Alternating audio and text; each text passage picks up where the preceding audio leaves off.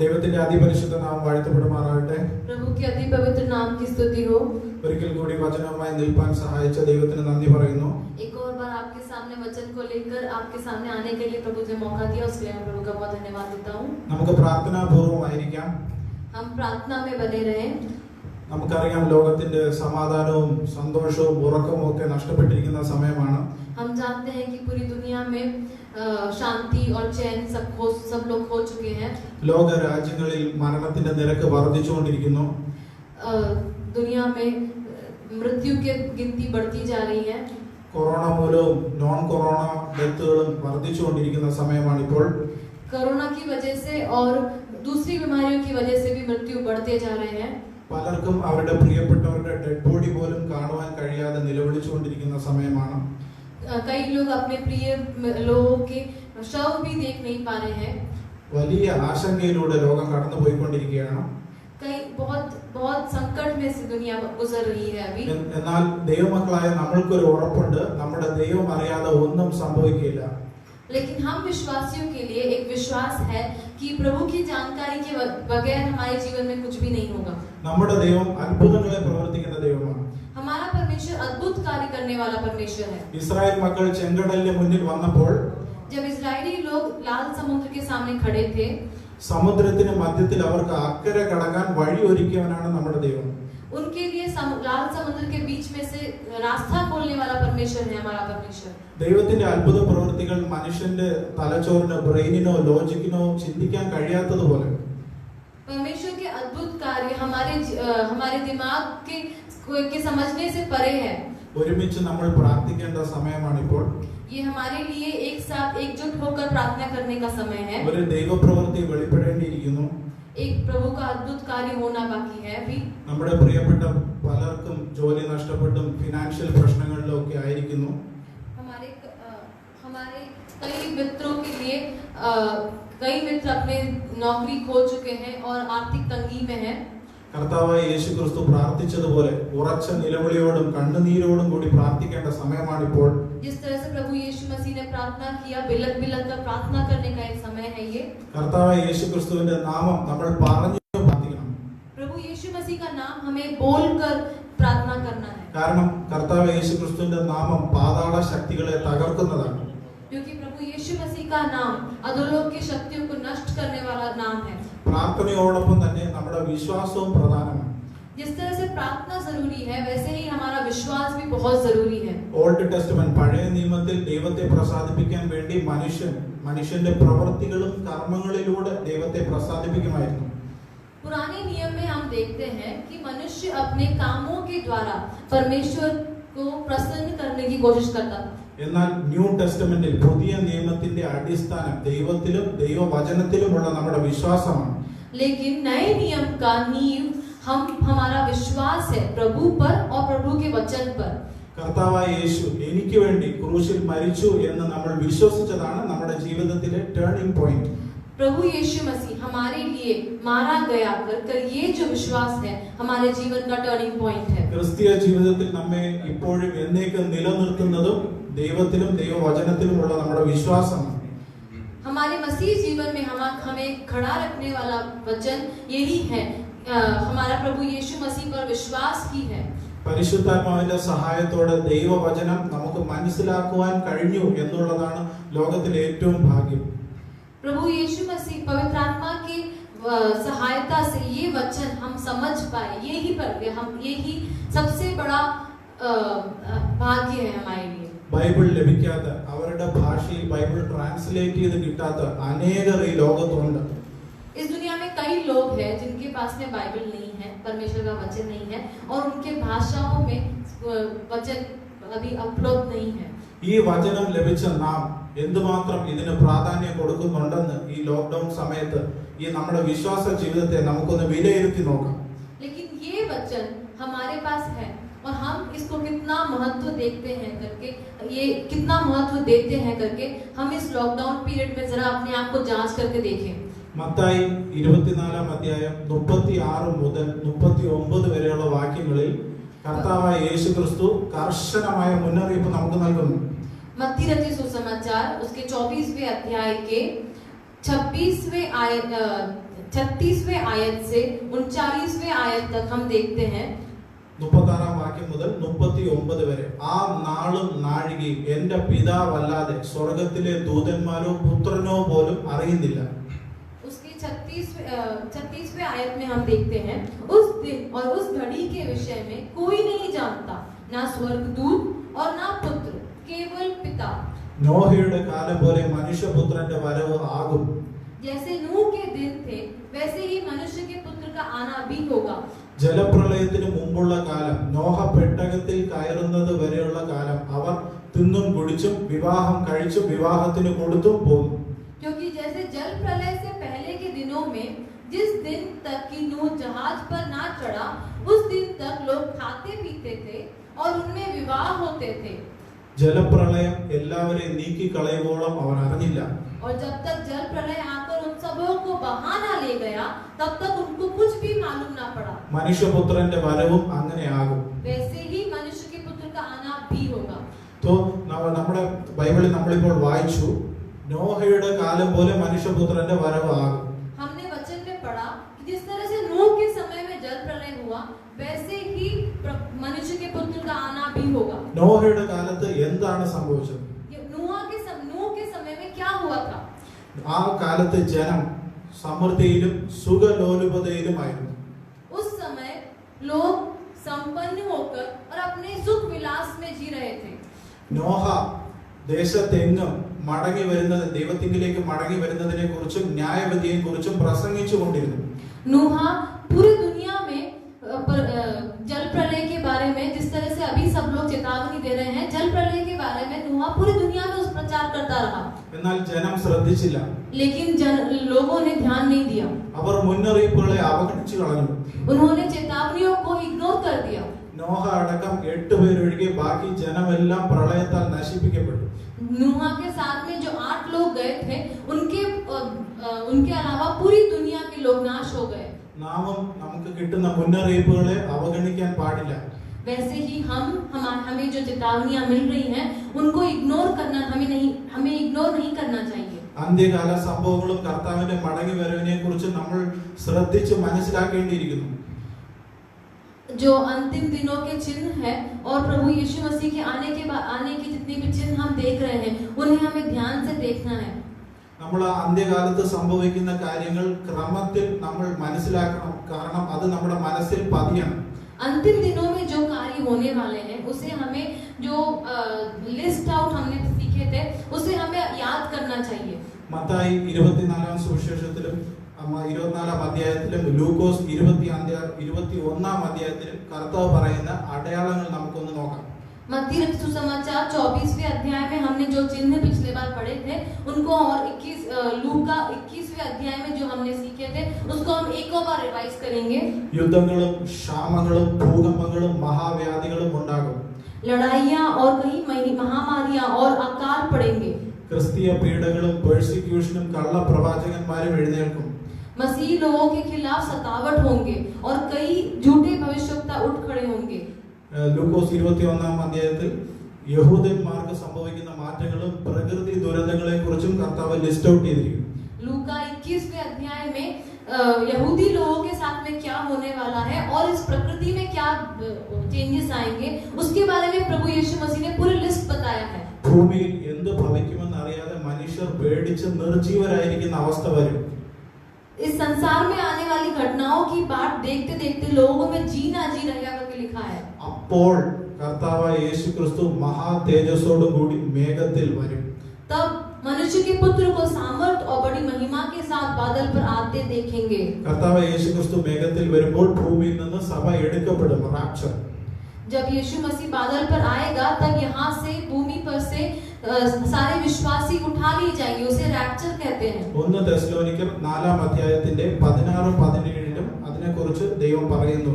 കർത്താവ് താൻ ഗംഭീരനാദത്തോടും പ്രധാന ദൂതന്റെ ശബ്ദത്തോടും ദൈവത്തിന്റെ കാഹളത്തോടും കൂടി സ്വർഗത്തിൽ നിന്ന് ഇറങ്ങി വരികയും ക്രിസ്തുവിൽ മരിച്ചവർ ഉയർക്കുകയും ചെയ്യും. പിന്നെ ജീവനോടെ ശേഷിക്കുന്ന നാം കർത്താവിനെ എതിരേൽപ്പാൻ മേഘത്തിൽ എടുക്കപ്പെടും. पहली थिस्सलुनीकियों की पत्री चौथे अध्याय के 16वीं आयत से लेकर हम पढ़ते हैं, प्रभु आपकी स्वर्ग से उतरेगा, उस समय ललकार और प्रधान दूत शब्द सुनाई देगा और परमेश्वर की तुरही फूकी जाएगी और जो मसीह में मरे हैं वे पहले जी उठेंगे। तब हम जो जीवित हैं और बचे रहेंगे उनके साथ बादलों पर उठा लिए जाएंगे कि हवा में प्रभु से मिले। അങ്ങനെ നമ്മുടെ വാഴ്ത്തപ്പെട്ട കർത്താവ് മേഘത്തിൽ വരുമ്പോൾ ഭൂമിയിൽ നിന്ന് സഭ എടുക്കപ്പെട്ടതിന് ശേഷമുള്ള 7 വർഷം കഷ്ടതയുടെ കാലമായിരിക്കും, ട്രിബുലേഷൻ പീരീഡ്. तो इस तरह से जब प्रभु यीशु मसीह बादलों पर आएगा और जो विश्वासी उठा लिए जाएंगे रैप्चर होने के बाद के 7 साल को हम ट्रिबुलेशन कहते हैं. ഈ ട്രിബുലേഷൻ പീരീഡിന്റെ ഈ മഹാകഷ്ടതയുടെ സമയത്തിന്റെ മധ്യത്തിൽ അന്ത്യക്രിസ്തു എഴുന്നേൽക്കും. और ये ट्रिबुलेशन जो कष्ट क्लेश के समय के आखिरी के समय में मसीह विरोधी आएगा. അതിനുശേഷം നമ്മുടെ വാഴ്ത്തപ്പെട്ട കർത്താവ് തന്റെ വിശുദ്ധന്മാരും ശക്തിയുള്ള ദൂതന്മാരുമായി അക്ഷരീകമായി ഈ ലോകത്തിലേക്ക് രണ്ടാമതും മടങ്ങി വരും. और उसके बाद में हमारा प्रभु यीशु मसीह वास्तविक रूप से इस धरती पर उतर आएगा अपने दूतों के साथ में और अपने उठा लिए गए संतों के साथ में इस धरती पर आएगा. അതിനുശേഷം കർത്താവ് തന്റെ വിശുദ്ധന്മാരുമായി ഈ ലോകത്ത് 1000 ആണ്ട് വാഴ്ച നടത്തും. और उसके बाद में प्रभु यीशु मसीह अपने संतों के साथ में 1000 वर्ष तक राज्य करेगा इस धरती पर. അതിനുശേഷം final judgement, great white throne judgement, ശ്വേത സിംഹാസനത്തിൽ ഇരുന്ന് കർത്താവ് തന്റെ അന്ത്യ ന്യായവിധി നടത്തും. और उसके बाद में फाइनल जजमेंट होगा जो प्रभु परमेश्वर श्वेत सिंहासन पर बैठकर अपना अंतिम न्याय करेगा.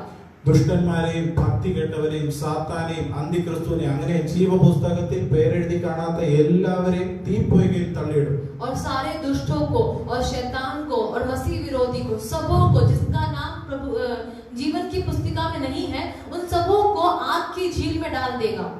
അതിനുശേഷം ഒടുവിലായി കർത്താവായ യേശു മഹാദൈവം പാപക്കറ ഏതുമില്ലാത്ത പുതിയ ആകാശവും പുതിയ ഭൂമിയും സൃഷ്ടിക്കും. New heaven and new earth. और उसके बाद में परमेश्वर एक पाप के बगैर वाला एक नया आकाश और नई पृथ्वी की रचना करेगा. അപ്പോൾ ഈ അന്ത്യകാലത്ത് ഈ സംഭവിക്കുന്ന സംഭവ വികാസങ്ങൾ ഈ ഓർഡറിൽ നമ്മൾ മനസ്സിലാക്കുകയും സൂക്ഷ്മതയോടുകൂടി ജീവിക്കുകയും വേണം. तो इसलिए हमें अंतिम दिनों में होने वाले सारी बातें और उसके बाद में क्या होगा वो सारी बातें हम ऑर्डर में याद करना, मेमोराइज करना हम बहुत जरूरी है. और ये सबको जानते हुए अब बहुत संभाल कर अपने जीवन को बिताना जरूरी है. കർത്താവ് യേശുക്രിസ്തു നമ്മോട് പറയുന്നു, ലൂക്കോസ് 21:36 വാക്യത്തിൽ ശക്തമായി യേശുക്രിസ്തു നമ്മോട് പറയുന്നു. प्रभु यीशु मसीह हमें लूका रचित सुसमाचार उसके 21वें अध्याय के 36वें आयत में हम बहुत क्लियरली बता रहा है. ആകയാൽ ഈ സംഭവിപ്പാനുള്ള എല്ലാറ്റിൽ നിന്നും ഒഴിഞ്ഞു പോകുവാനും മനുഷ്യപുത്രന്റെ മുൻപിൽ നിൽപ്പാൻ പ്രാപ്തനാകേണ്ടതിനും സദാകാലവും ഉണർന്നും പ്രാർത്ഥിച്ചുകൊണ്ടിരിപ്പിൻ. लूका 21-36वें आयत में हम पढ़ते हैं, जागते रहो और हर समय प्रार्थना करते रहो कि तुम इन सब आने वाली घटनाओं से बचने और मनुष्य के पुत्र के सामने खड़े होने के योग्य बनो. മത്തായി 24 അധ്യായത്തിൽ കർത്താവ് അന്ത്യകാലത്ത് സംഭവിക്കുന്ന അടയാളങ്ങളും കർത്താവ് വരുന്ന നാഴികയെ കുറിച്ചൊക്കെ പറഞ്ഞതിന് ശേഷം മത്തായി 25:1 മുതൽ 13 വരെയുള്ള വാക്യത്തിൽ കർത്താവ് 10 കന്യകമാരുടെ ഉപമ പറയുന്നു. तो मत्ती रचित सुसमाचार उसके 24वें अध्याय में कई चिन्हों के बारे में प्रभु यीशु मसीह अपने चेलों को सिखाता है.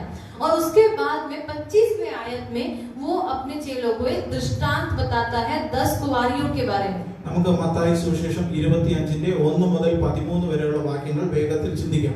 मत्ती रचित सुसमाचार के 25वें अध्याय का पहली आयत से 13वीं आयत तक हम जरा उठा के पढ़ते हैं. സ്വർഗരാജ്യം മണവാളനെ എതിരേൽപ്പാൻ വിളക്കെടുത്ത് പുറപ്പെട്ട 10 കന്യകമാരുടെ സദൃശ്യമാകും. तब स्वर्ग का राज्य उन 10 कुंवारियों के समान होगा जो अपनी मशालें लेकर दुल्हे से भेंट करने को निकली. അതിൽ 5 പേർ ബുദ്ധിയില്ലാത്തവരും 5 പേർ ബുദ്ധിയുള്ളവരുമായിരുന്നു. उनमें से 5 मूर्ख और 5 समझदार थी. ബുദ്ധിയില്ലാത്തവർ വിളക്ക് എടുത്തപ്പോൾ എണ്ണ എടുത്തില്ല. मूर्खों ने मशालें तो ली परंतु अपने साथ तेल नहीं लिया. ബുദ്ധിയുള്ളവർ വിളക്കിന്റെ പാത്രത്തോടൊപ്പം എണ്ണയും എടുത്തു. परंतु समझदारों ने अपनी मशालों के साथ अपने कुप्पियों में तेल भी भर लिया. മണവാളൻ താമസിച്ചപ്പോൾ എല്ലാവരും മയക്കത്തിലും ഉറക്കത്തിലുമായി പോയി. जब दुल्हे के आने में देर हुई तो वे सब ऊँघने लगी और सो गई. അർദ്ധരാത്രിയിൽ മണവാളൻ വരുന്നു എന്നുള്ള ആർപ്പുവിളി അവർ കേട്ടു. आधी रात को धूम मची, देखो दुल्हा आ रहा है। അത് കേട്ടപ്പോൾ കന്യകമാർ തങ്ങളുടെ വിളക്കുകൾ തെളിയിച്ചു. तब वे सब कुंवारियां उठकर अपनी मशालें ठीक करने लगी। ബുദ്ധിയില്ലാത്തവർ ബുദ്ധി ഉള്ളവരോട് ഞങ്ങളുടെ വിളക്ക് കെട്ടുപോകുന്നത് കൊണ്ട് നിങ്ങളുടെ എണ്ണയിൽ നിന്ന് കുറച്ച് ഞങ്ങൾക്ക് തരിക എന്ന് ചോദിച്ചു. और मूर्खों ने समझदारों से कहा, अपने तेल में से कुछ हमें भी दो, क्योंकि हमारी मशालें बुझी जा रही हैं। ബുദ്ധിയുള്ളവർ പറഞ്ഞു, ഞങ്ങൾക്കും നിങ്ങൾക്കും പോരാ എന്ന് വരാതിരിക്കേണ്ടതിന് എണ്ണ വിൽക്കുന്നവരുടെ അടുക്കൽ പോയി വാങ്ങുവീൻ എന്ന് പറഞ്ഞു. परंतु समझदारों ने उत्तर दिया, कदाचित यह हमारे और तुम्हारे लिए पूरा ना हो, भला तो यह है कि तुम बेचने वालों के पास जाकर अपने लिए मोल ले लो। അപ്പോൾ മണവാളൻ വന്നു. जब वे मोल लेने जा रही थी तो दुल्हा आ पहुंचा। ഒരുങ്ങിയിരുന്നവർ അവനോട് കൂടെ കല്യാണ സദ്യയിൽ ചെന്നു. जो तैयार थी वे उनके साथ विवाह के घर में चली गई വാതിൽ അടയ്ക്കുകയും ചെയ്തു. और द्वार बंद किया गया। അതിനുശേഷം മറ്റേ കന്യകമാർ വന്നു. और इसके बाद दूसरी कुंवारियां भी आकर कहने लगी, കർത്താവേ കർത്താവേ ഞങ്ങളെയും ഓർക്കണമേ എന്ന് അവർ കർത്താവിനോട് അപേക്ഷിച്ചു. हे स्वामी हमारे लिए द्वार खोल दे। എന്നാൽ ആകയാൽ അപ്പോൾ അവൻ പറഞ്ഞു, ഞാൻ നിങ്ങളെ അറിയുന്നില്ല എന്ന് സത്യമായി ഞാൻ നിങ്ങളോട് പറയുന്നു എന്ന് പറഞ്ഞു. और उसने उत्तर दिया, मैं तुमसे सच कहता हूँ, मैं तुम्हें नहीं जानता।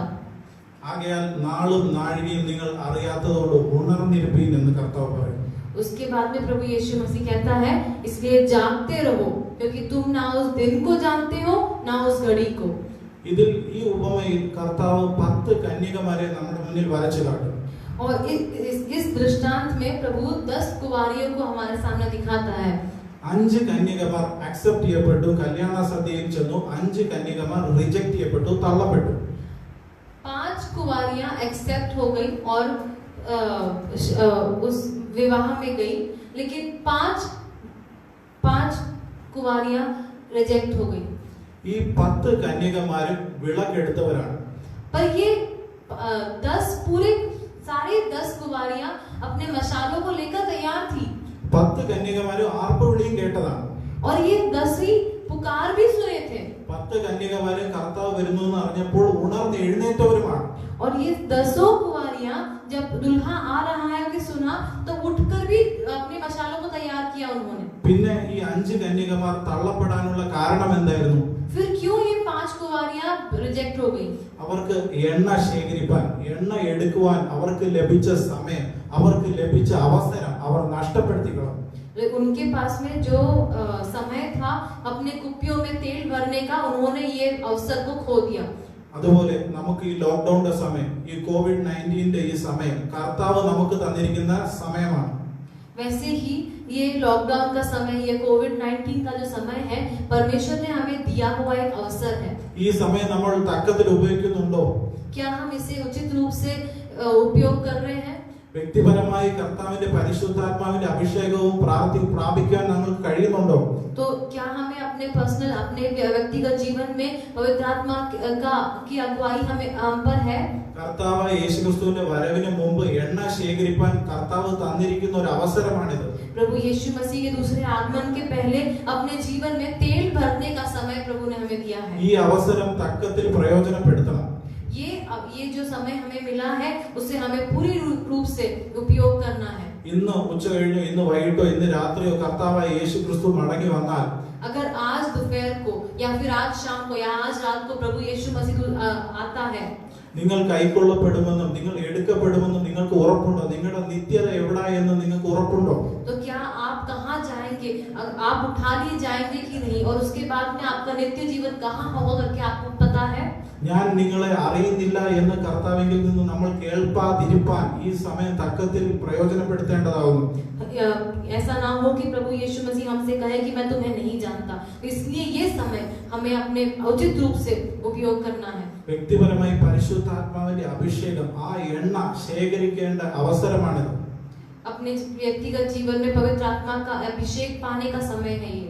നമ്മൾ മത്തായി 24 നമ്മൾ ചിന്തിച്ചു, നോഹയുടെ കാലം പോലെ മനുഷ്യപുത്രന്റെ വരവാകും. നോഹയുടെ കാലത്തെ ജനങ്ങൾ മുന്നറിയിപ്പുകളെ അവഗണിച്ചു.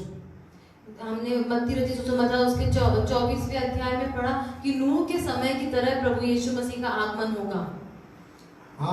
അതുപോലെ നമ്മൾ 10 കന്യകമാരുടെ ഉപമ ചിന്തിച്ചപ്പോഴും അവരും അവരുടെ എണ്ണ ശേഖരിക്കാനുള്ള അവസരം നഷ്ടപ്പെടുത്തി. वैसे ही जब हमने 10 कुंवारियों के दृष्टांत में देखा, उनने भी अपना तेल भरने का समय खो दिया। അതുപോലെ കർത്താവ് വാതിൽക്കലായിരിക്കുന്ന ഈ സമയത്ത് നമ്മൾ മുന്നറിയിപ്പുകളെ അവഗണിക്കുകയും ചെയ്യരുത്.